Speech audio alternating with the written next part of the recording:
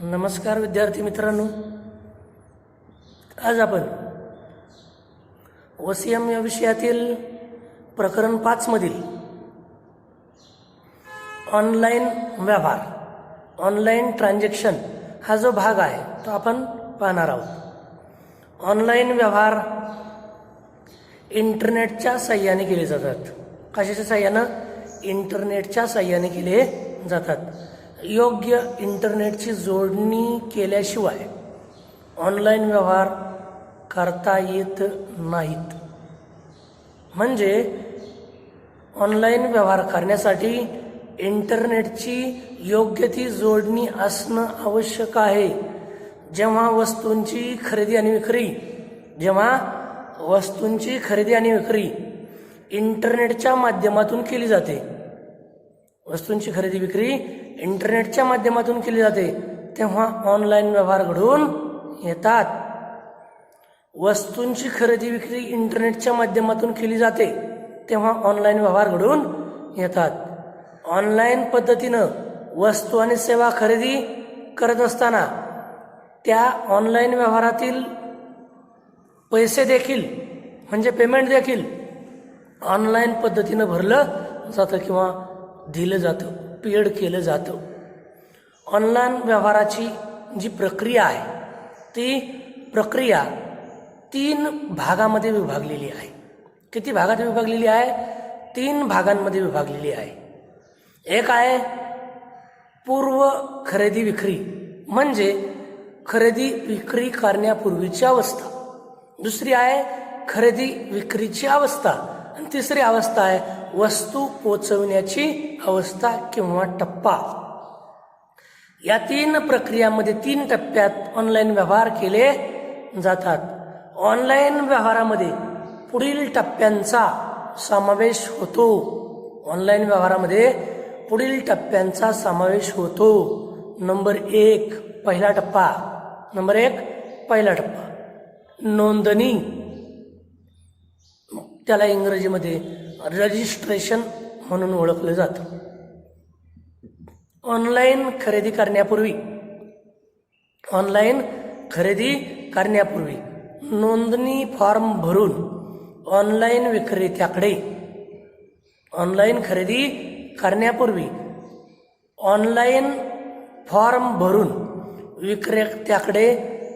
नोंदणी करावी लागते.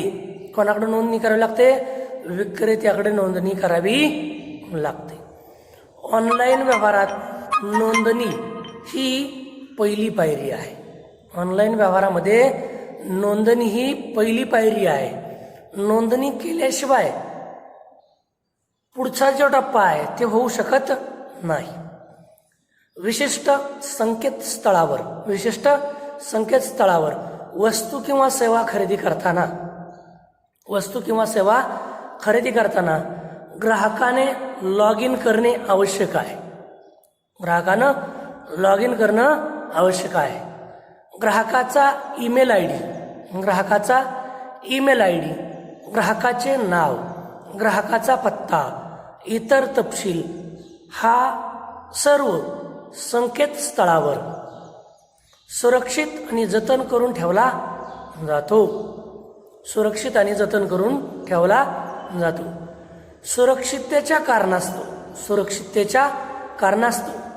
खरेदीदाराचे खाते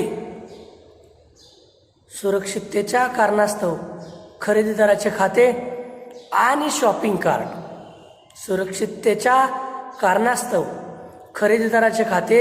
शॉपिंग कार्ट हे ऑनलाइन दुकानात ब्राउझिंग करत असताना आपण काय घेतले याची नोंद ठेवते. म्हणजे आपण काय खरेदी केले त्याची नोंद त्या ठिकाणी ठेवली जाते. ही आहे पहिली अवस्था, पहिला टप्पा नोंदणी. त्याला आपण रजिस्ट्रेशन म्हणतो. दुसरा टप्पा आहे मालाची मागणी नोंदवणे.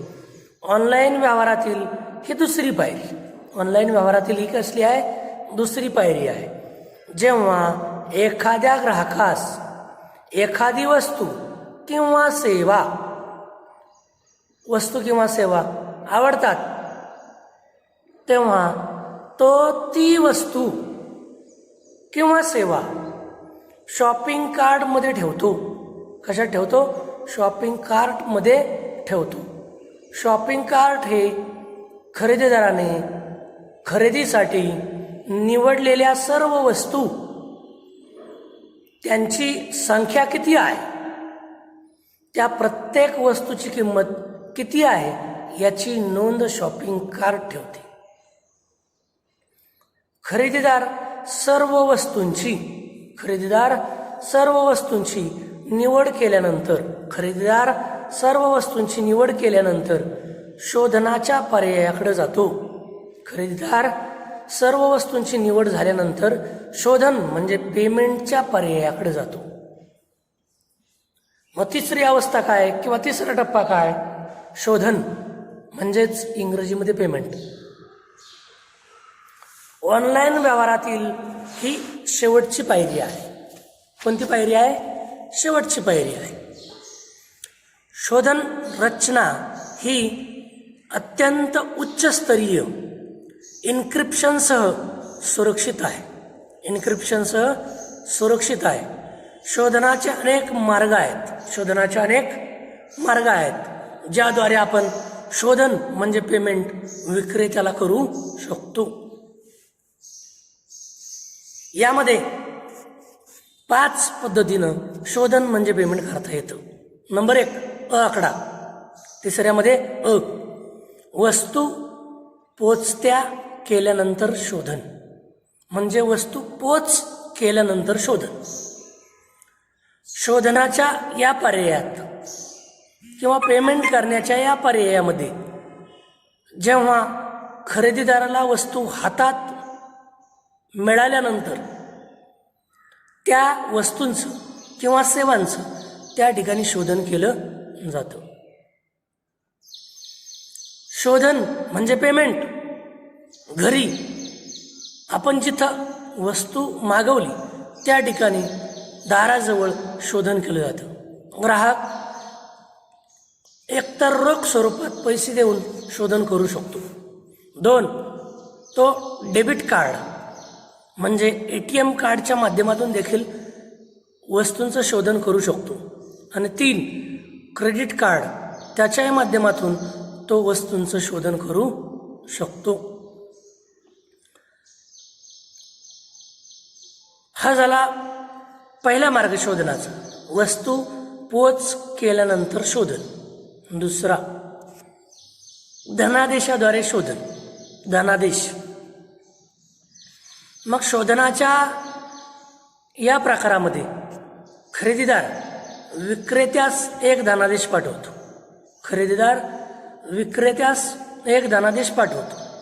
आणि विक्रेता धनादेश प्राप्त झाल्यानंतर त्या खरेदीदाराला वस्तू पाठवण्याचं काम त्या ठिकाणी करतो. म्हणजे धनादेश प्राप्त झाल्याशिवाय विक्रेता खरेदीदाराला वस्तू पाठवत नाही. दुसरा मार्ग झाला शोधनाचा. तिसरा मार्ग, शोधन करण्याचा तिसरा मार्ग, नेट बँकिंग हस्तांतरण. शोधनाच्या या प्रकारामध्ये शोधनाची रक्कम खरेदीदाराच्या खात्यातून विक्रेत्याच्या खात्यात इलेक्ट्रॉनिक पद्धतीनं हस्तांतरित केली जाते. शोधनाच्या या प्रकारामध्ये रक्कम खरेदीदाराच्या खात्यातून विक्रेत्याच्या खात्यात इलेक्ट्रॉनिक पद्धतीने हस्तांतरित केली जाते.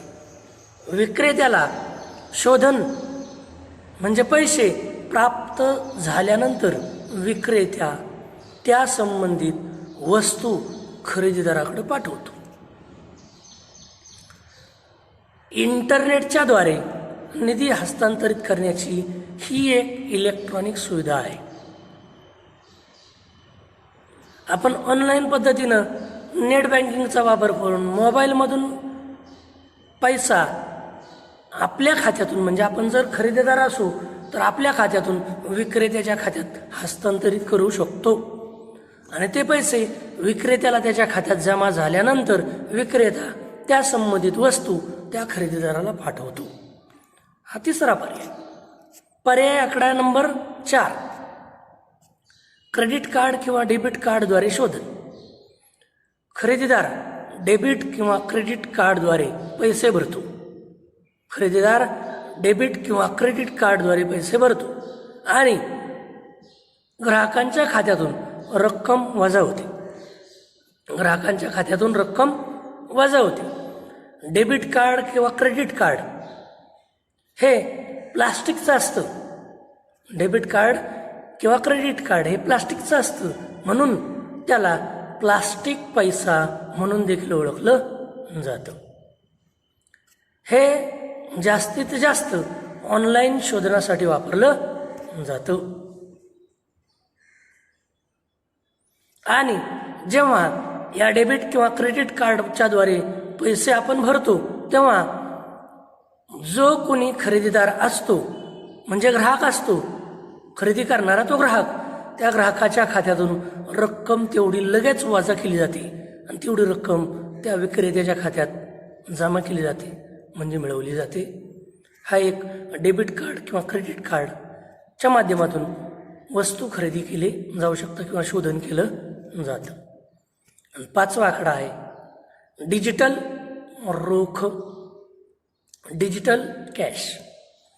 इलेक्ट्रॉनिक चलनाचा हा एक प्रकार आहे. इलेक्ट्रॉनिक चलनाचा हा एक प्रकार आहे ज्याचं अस्तित्व केवळ सायबर स्पेसमध्येच आढळतं. सायबर स्पेसमध्येच आढळतं.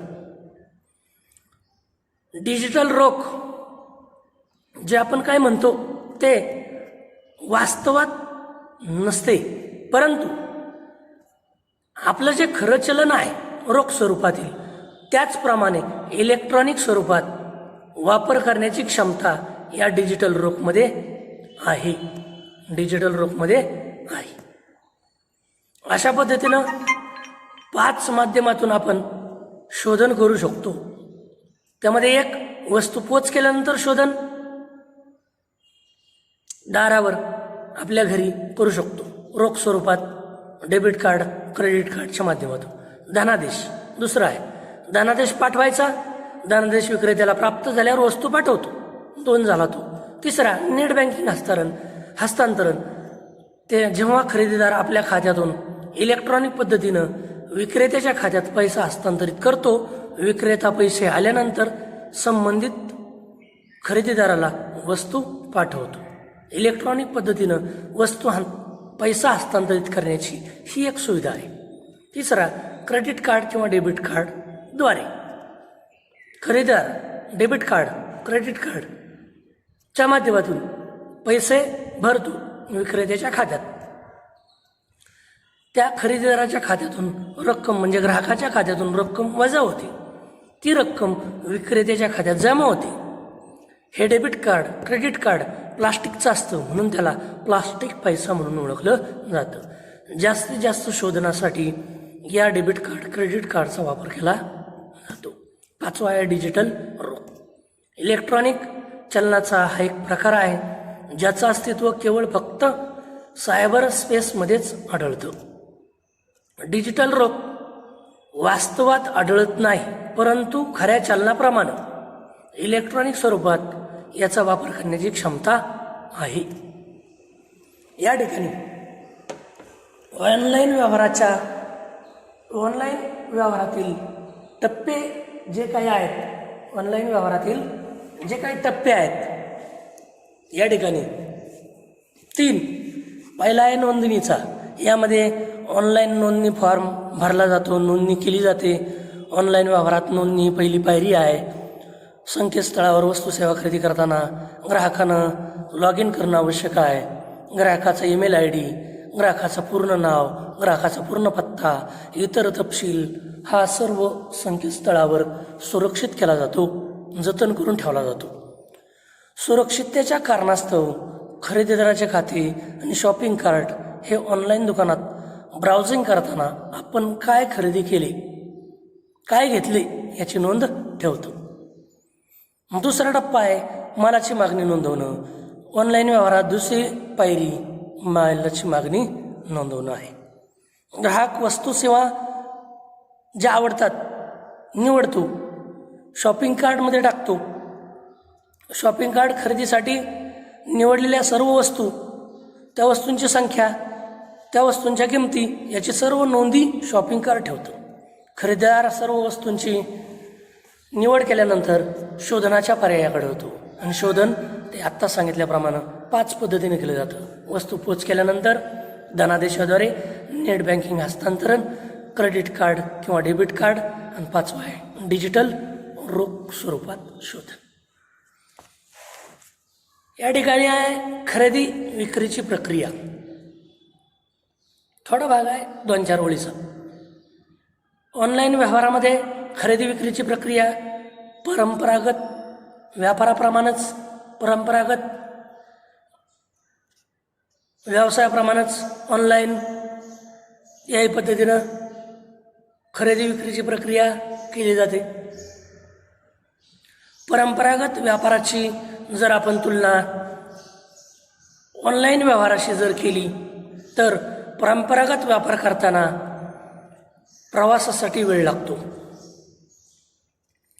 व्यवसायाच्या व्यवहारांच्या वाटाघाटी करणं, आपला मुद्दा पटवून देणं, दोन्ही पक्षांना आदानप्रदानीसाठी आणि संवादासाठी समोरासमोर आणणं, या सर्व प्रक्रियेसाठी बराच वेळ खर्च होतो किंवा वेळ लागतो. ऑनलाईन व्यवहारासाठी आवश्यक असणारी माहिती ही नियम आणि अटींसह पुरवली जाते. नियम आणि अटींसह पुरवली जाते. आणि उल्लेखलेल्या सर्व ज्या समस्या आत्तावर आल्या, ज्या आपल्याला आल्या, वेळ, वाटाघाटी, मुद्दा पटवून देणं, आदानप्रदान करणे, समोरासमोर येणं, याला जे वेळ लागतो, ह्या सर्वांपासून मुक्त होतं. कशात? ऑनलाईन व्यवहारामध्ये. कारण ऑनलाईन व्यवहार समोरासमोर न होता वेबसाईटच्या माध्यमातून, इंटरनेटच्या माध्यमातून होतात. त्यामुळे त्याची परिणामकारकता चांगली राहते. यामध्ये कसे व्यवहार होतात ऑनलाईनमध्ये? खरेदीदार विक्रेत्याचा शोध घेतो. पहिलं. त्यानंतर विक्रेता शोधल्यानंतर वस्तूंची निवड करतो. निवड करतो. 3.